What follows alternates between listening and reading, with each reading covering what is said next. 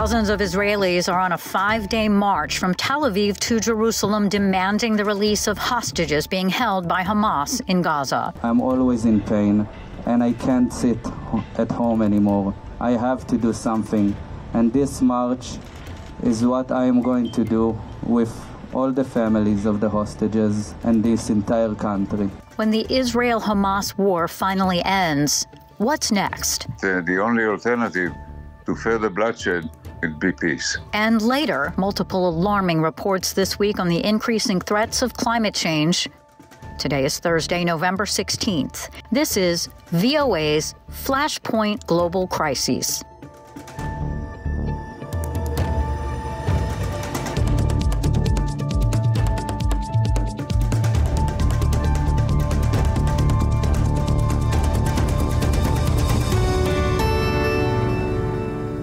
Good evening, I'm Lori London. Internet and telephone services have collapsed across the Gaza Strip for lack of fuel, bringing a potentially long-term communications blackout. Residents say Israeli forces dropped leaflets Thursday warning Palestinians to flee parts of southern Gaza. That signals a possible expansion of operations to the zone where most of the territory's population has fled to escape the danger. Meanwhile, soldiers continue searching for traces of Hamas in Shifa Hospital in the north. They displayed guns they say were found hidden in one building, but have yet to release any evidence of the central Hamas command center that Israel has said is concealed beneath the complex. Hamas and staff of the hospital deny the allegations. The latest from Associated Press correspondent Karen Chamis. Israel's military has released a video from inside Gaza's largest hospital after a raid on the facility where newborns and hundreds of other patients have suffered for days without electricity and other basic necessities. MRI center. The military released video from inside Shifa showing 3 duffel bags it said it found hidden around an MRI lab, each containing an assault rifle, grenades and Hamas uniforms. They also showed a closet that contained a number of assault rifles without ammunition clips. Israeli military spokesman Lieutenant Colonel Jonathan Conricus said, "And when our troops opened this closet here, which is in the main part of the clinic, this is what they found. These weapons have absolutely no business being inside a hospital." The Associated Press could not independently verify the Israeli claims that the weapons were found inside the hospital. After encircling Shifa for days, Israel faces pressure to prove its claim that Hamas used the patients, staff and civilians sheltering there to provide cover for its fighters. Hamas and Gaza health officials deny militants operate in Shifa. Palestinians and rights groups accuse Israel of recklessly endangering civilians. I'm Karen Chamis. Meanwhile, in Haiti, the director of a hospital there says that a heavily armed gang surrounded the medical center and trapped women, children, and newborns inside until police rescued them. He told the Associated Press that gangs were torching homes surrounding the hospital and preventing everyone inside from leaving. The hospital has been considered an oasis in a community overrun by gangs that have unleashed increasingly violent attacks against each other and civilians. The families of nearly 240 hostages Hamas is believed to be holding in Gaza have begun a 5-day march from Tel Aviv to Jerusalem. They say they want the government to do more to win the freedom of their loved ones. Linda Gradstein reports from Tel Aviv. It has been weeks of agony for the families of the hostages, weeks with no news about whether their loved ones are alive. Now they are marching to Jerusalem. Yuval Aran survived the massacre at Kibbutz Be'eri, but 7 members of his family, including 3 children, were taken hostage by Hamas. I always worry. I'm always in pain, and I can't sit at home anymore. I have to do something, and this march is what I am going to do with all the families of the hostages and this entire country. Shaul Levy's granddaughter, Na'ama, was seen being kidnapped in one of the first videos posted by Hamas on social media networks. Levy says he is marching to deliver a message to the government. We start here in this museum in Tel Aviv, walking to Jerusalem, hoping to meet the government, hoping the Prime Minister, to emphasize that there is no any alternative, only to bring them all back home. The Hostage and Missing Families Forum advocacy group has demanded urgent attention be paid to the needs of more than 30 children taken hostage without their parents. They believe that one woman may even have given birth in captivity. Shelley Shemto's 21-year-old son was kidnapped from the music party in kibbutz Re'em. I am demanding from Benjamin Netanyahu and from all the cabinet to give us answers and deeds. We have no strength anymore. Bring back our children and bring our families home.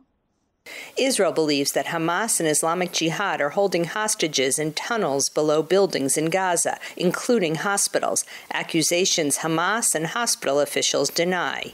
Israel's army spokesman shows a tunnel leading to what he says is a maze of underground rooms below the Rantisi Children's Hospital in northern Gaza. Israeli army spokesman Daniel Hagari. You're now entering into the room where we suspect the hostages were being held. I want you to look at this room. People are putting curtains with nothing above, just wall. No reason to put here a curtain unless you want to film hostages and deliver movies. The U.S.-designated terrorist groups Hamas and Islamic Jihad have posted videos on their social media channels of hostages making statements which Israeli analysts believe are coerced. A new video post shows a Hamas spokesman saying that the group is willing to release up to 70 hostages, apparently women, children, and the elderly, in exchange for a 5-day ceasefire and the release of women and minors serving time in Israeli jails. Abu Obeida is a spokesman for the Hamas armed wing. The truce should include a ceasefire and allowing aid relief, everything in Gaza Strip. But the enemy is procrastinating and evading to pay the price of the deal. Israeli officials say they worry that a 5-day ceasefire will allow Hamas to rearm and continue to fight Israel. They also say there will be heavy international pressure to continue the ceasefire. The families of the hostages worry that time is running out for their loved ones, and they say they hope that their march will continue to focus Israeli and world attention on the plight of the hostages and intensify efforts to secure their release. Linda Gradstein, VOA News, Tel Aviv. Meanwhile, sexual violence can be a weapon in warfare, and female hostages face unique risks. That warning from a report submitted to the International Red Cross by a medical team of the Israeli Hostages and Missing Families Forum. The group was formed to bring home the Israelis kidnapped by Hamas militants. VOA's Natasha Moskovaya has more from Tel Aviv. 239 Israeli hostages are still believed to be held by Hamas in Gaza. About 100 of them are women. About 1/3 of these women are under 18 years old. In Hamas attack on Kibbutz Be'eri, Reuma Tarshansky lost her 15-year-old son Lior. Her teenage daughter Gali was abducted and taken to Gaza. She has not heard anything about Gali's condition for more than a month. Gali is 13. She's a teenage girl. My biggest nightmares at night are related to this subject. Puberty age, the changes she is going through, she is alone there. I don't know what they did to her. Legal and medical experts working with the hostages' families on Monday submitted a report to the International Red Cross listing the female hostages' pre-existing medical conditions, ranging from heart disease to diabetes to asthma, and warning that in violent conflicts, women are especially vulnerable to sexual abuse. The body of women is very often taken as a symbol to the body of the nation, and so violating the woman is actually violating the whole nation of the enemy. They are more susceptible to these forms of crimes. And international law, United Nations, the ICC, recognized that conflict-related sexual violence is a special form of war crime and crimes against humanity.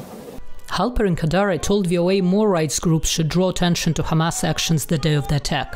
All of them resorted to the conventional symmetry, addressing the suffering of both sides to the conflict. And I want this to be clear. I am not denying for a moment, the suffering of women and children, of innocent civilians in Gaza. But What happened on October 7 stands out.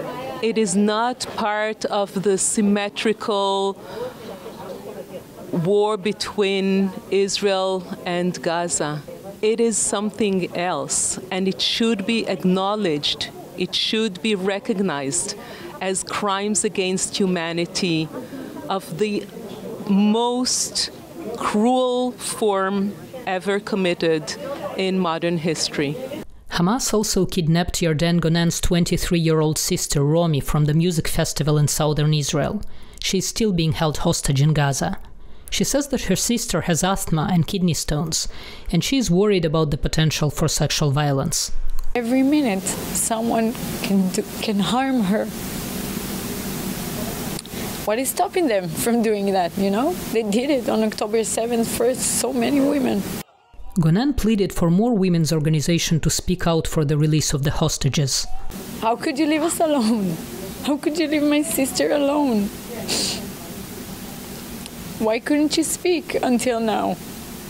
Israeli police are investigating reports of sexual assaults by Hamas and are using video recordings, forensic evidence and testimonies in their search for those responsible. Natasha Mozgovaya, VOA News, Tel Aviv, Israel. A funeral is being held in Israel for Vivian Silver, a Canadian-born Israeli activist who devoted her life to seeking peace between Israel and the Palestinians. For 38 days, Silver was believed to be among the hostages held in the Gaza Strip, but due to the slow process of identifying some of the most badly burned remains, her family was finally notified this week that she had been killed in the October 7th Hamas attack. I spoke with John Linden, executive director of the Alliance for Middle East Peace, who knew her well about Silver's life and the enormity of her loss. The last time we spoke, we were talking about how you'd been in touch with Vivian Silver's son, and there was the thought that because her cell phone was found in Gaza, that she was one of the hostages, and they were holding on to hope, and unfortunately, the news changed this week. She was an important part of the efforts for peace in the Middle East, not just for Israel, not just for the Palestinians, but for coexistence. I understand you've known her for a long time. What can you tell us about who she was? Yeah, I mean,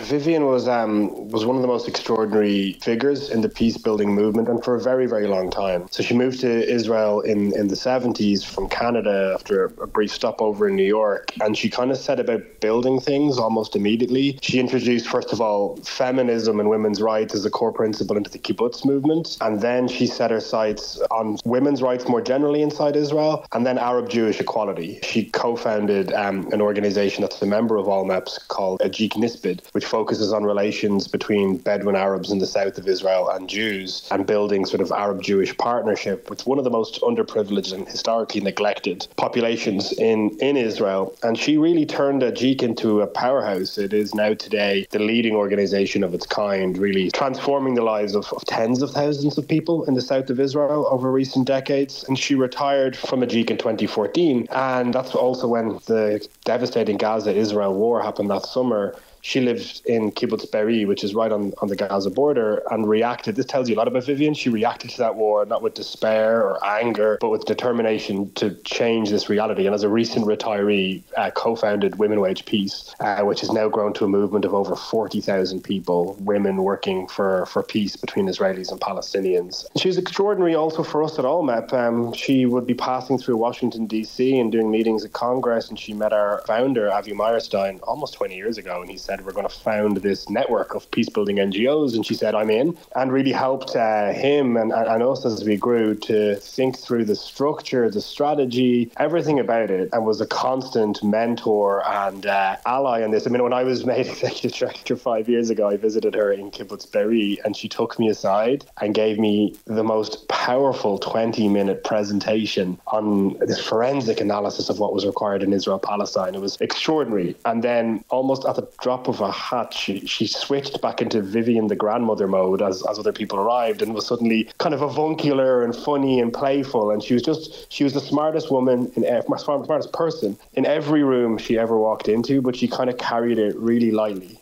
She was one of a kind. And apparently, as you said, really integral in the peace movement and in your organization's development as well. So what a great loss to the world. And obviously it was something she was extremely passionate about.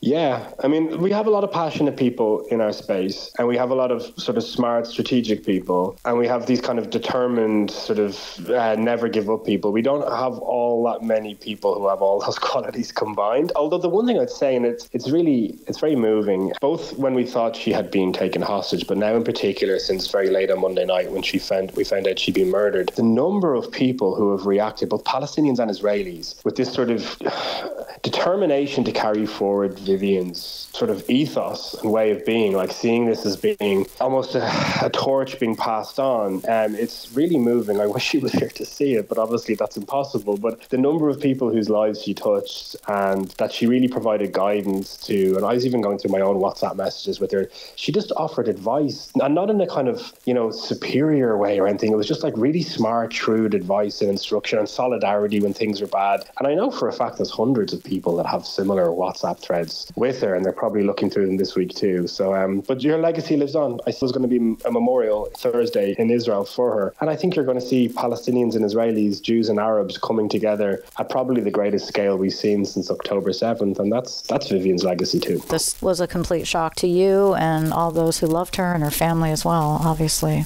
The legacy she leaves behind are organizations and lives she touched, but all of us, our children, right, are the most obvious one. I've had the chance to spend a bit of time now with her son, Jonathan, and we arranged a meeting on Saturday when we still thought she was held hostage with him and another leader from our space, Mohammed Darasha, and the German foreign minister, Annalena Baerbock, who was in Tel Aviv. And he was channeling Vivian.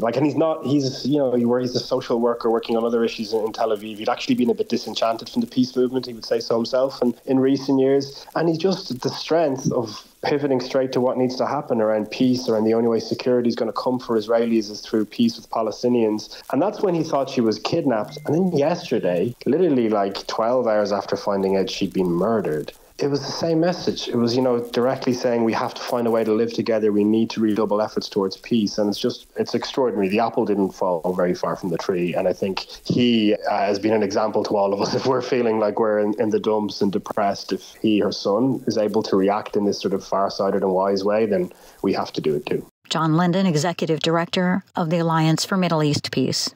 Thank you so much.